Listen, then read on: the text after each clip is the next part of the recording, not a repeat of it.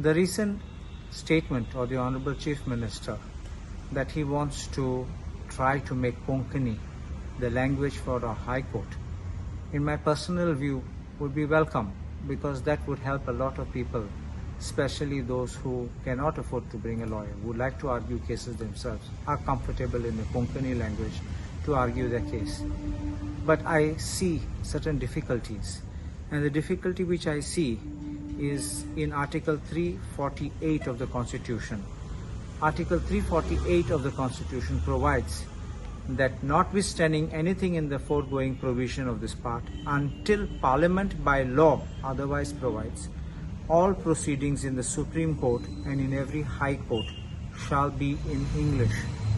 There is a proviso there which is clause 2, which allows the governor of a state may, with the previous consent of the President, authorize the use of Hindi language or any other language used for any official purpose of the state in proceeding in the High Court having its principal seat in that state.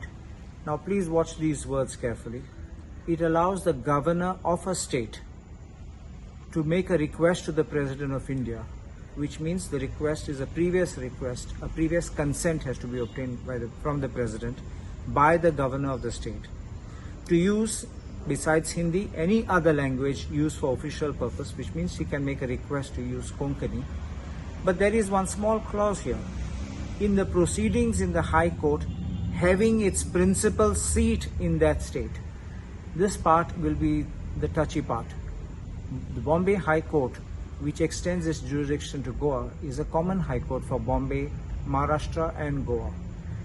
And its principal seat is in Mumbai. So therefore we don't have a principal seat in Goa.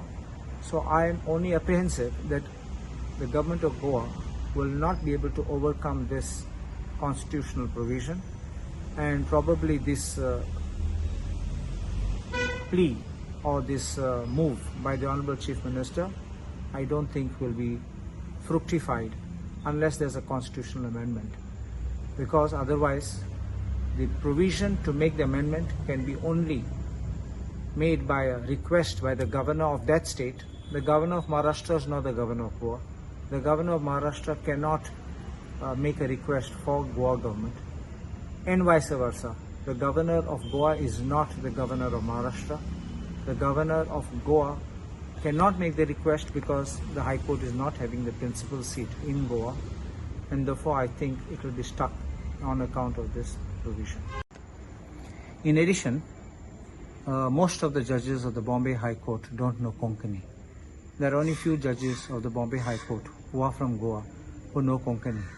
So it will be very difficult for the judges to understand or interact, especially when they are on the single bench.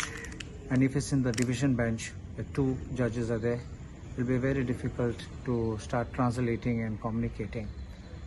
But there is one more aspect. If you remember, I read the first part of Article 348, which means the Parliament can make legislation. But the Parliament can make legislation for a High Court. Don't forget that we have a High Court, which is a common High Court for Maharashtra and Goa. And therefore we don't have a separate High Court for Goa. So the central government on its part also cannot make exception and provide that Konkani will be language for Goa, because if it makes such language, it has to make the order or the provision to enable the language of Konkani to be utilized in the Bombay High Court as an additional language.